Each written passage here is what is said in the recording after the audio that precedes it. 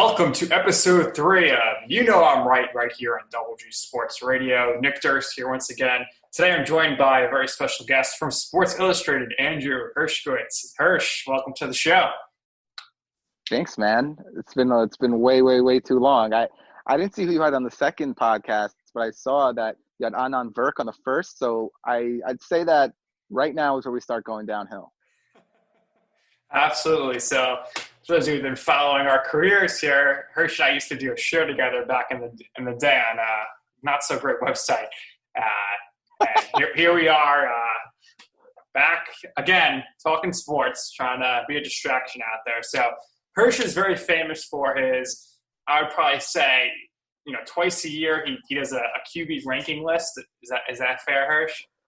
I don't know if I'm very famous for it, but something like that. Anybody who knows Hirsch knows he loves to do his QB lists. I typically do it whenever you ask me to, which is about twice a year. So Hirsch is going to give us his top 35 quarterbacks. But before we do the list here, you want to just give your criteria on how you formulated this list? Right, yeah. So top 35 seems like a random number, but the reason why 35, because right now, not including rookies like Joe Burrow or Tua or Herbert, there are 35 quarterbacks out there that can conceivably start on opening day right now. So that 35 guys, and the way I set it up was that I tried to separate these quarterbacks from their personnel, from their system, anything that I tried to isolate their performance. So if a quarterback that hasn't won much, like say a Matthew Stafford, right? If he changed teams if him and not Tom Brady went to the Bucs, it wouldn't matter to me, right? Because I'm basing it based on their skill level and what I think they can do in the most optimal circumstances or even in the most negative circumstances. And I also tended to favor quarterbacks with higher upside rather than ones where they have a pretty defined ceiling. So like I know your boy Daniel Jones might be a little higher on this list than a lot of people think, or I don't know, maybe you probably think he's higher because you're biased, but I think you're going to be surprised about my Daniel Jones opinion on this right. one. So right there. We always agreed over Eli, so I don't think I really showed too much favoritism towards Giants quarterbacks, but a couple of things to keep in mind here as you listen to Hirsch give this list. He always loves to overrate the running quarterbacks. He loves Russell Wilson, and he does not really like Tom Brady. So there's a lot of we used to work together at Bleacher Report, and this is when Tom Brady had a miraculous comeback against the Falcons to win the Super Bowl. And he didn't even make Hirsch's top 5 QB list. So no, he was 5. He was at 5. Okay, so he barely made the top 5. So this is an interesting list then.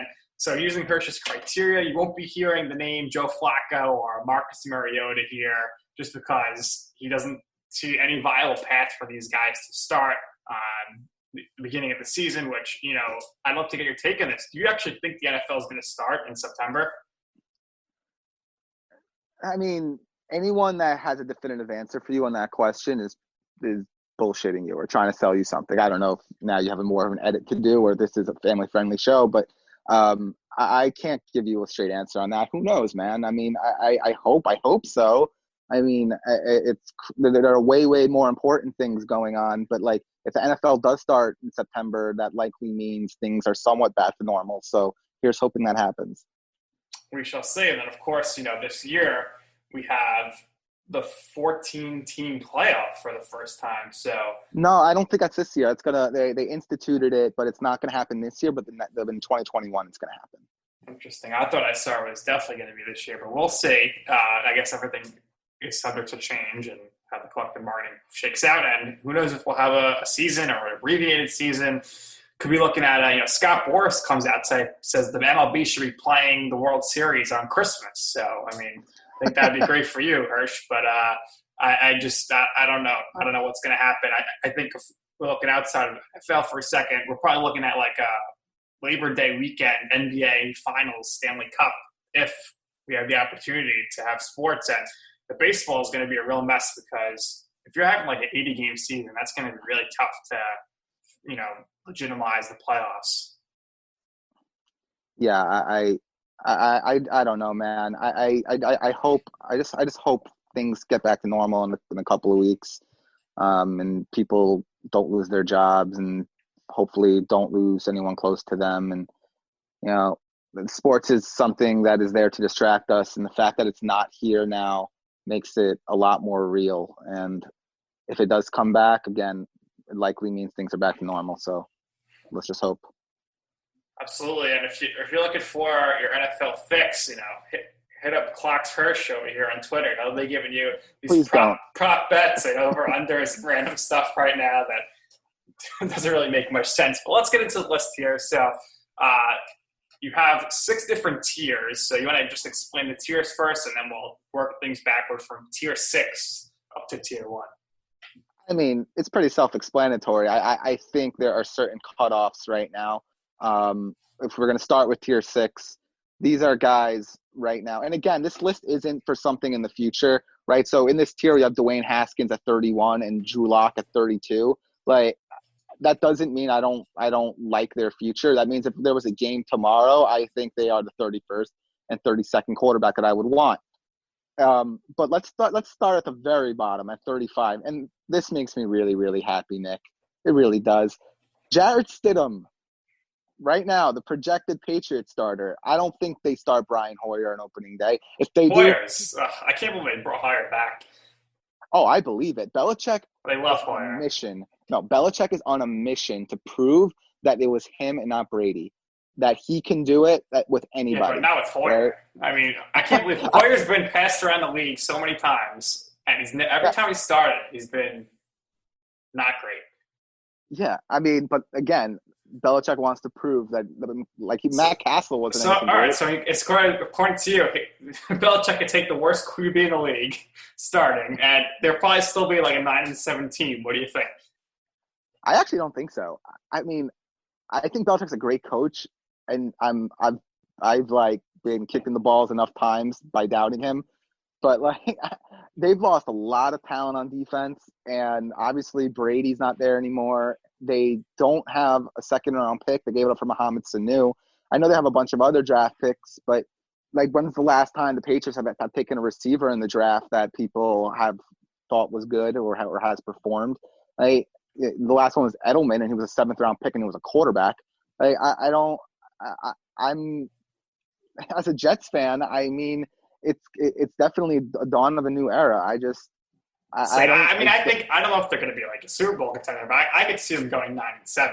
And yeah, we don't know because they could get a QB in the draft. A lot of people love the guy Love, so they have him going in the top 5, and some mock drafts have Herbert falling all the way to the Patriots. Herbert might be a good fit with the Patriots, so we'll see. And Newton's a free agent.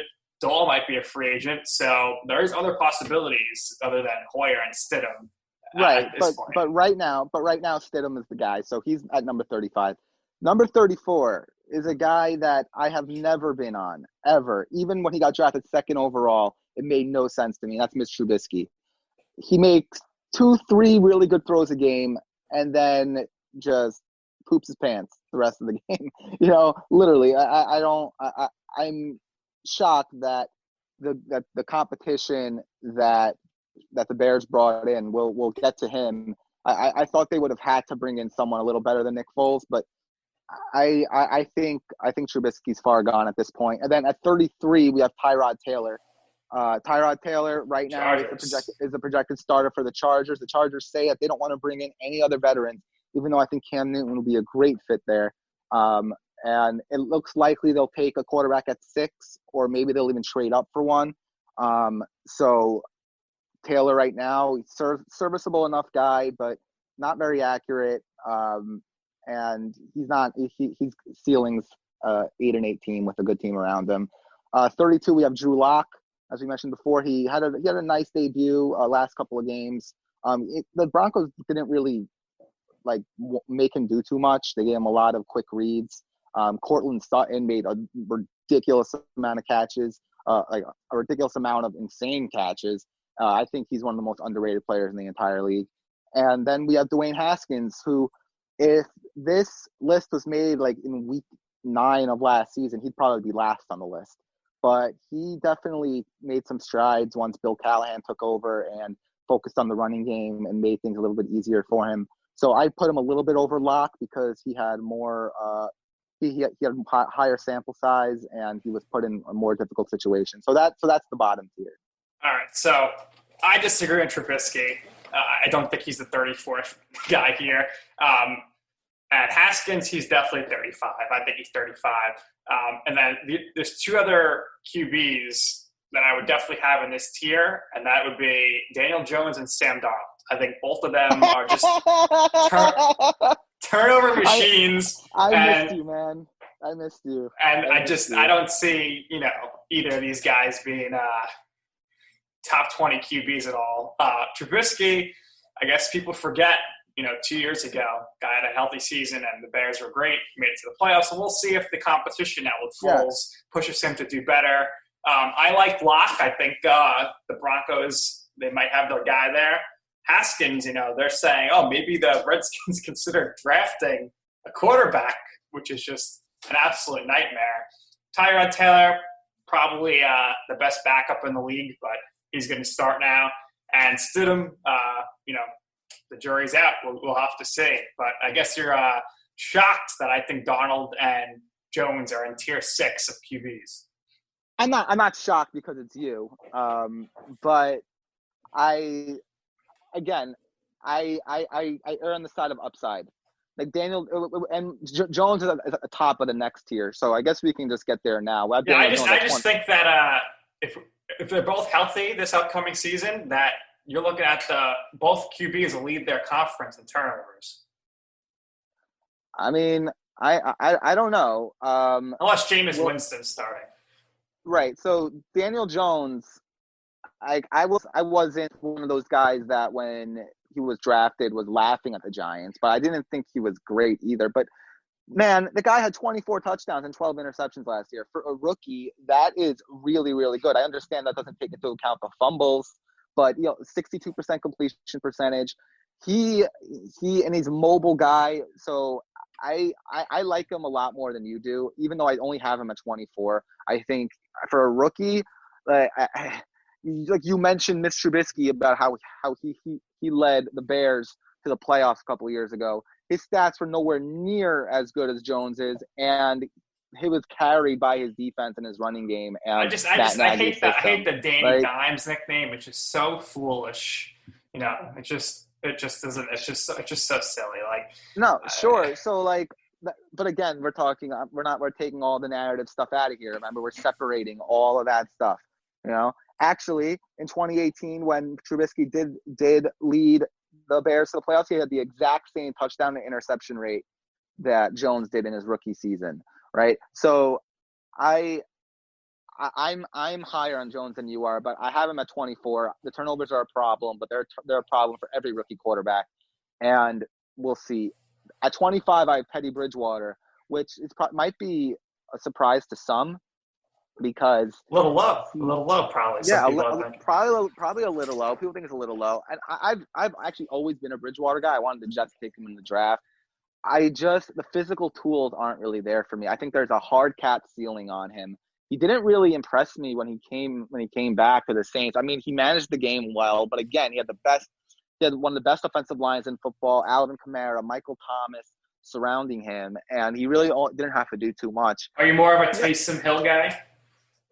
I don't know. I haven't seen the guy throw the ball enough, but he's not on this list because there's no way he's starting this year. But Bridgewater, he's serviceable, good enough guy, but he doesn't have the upside.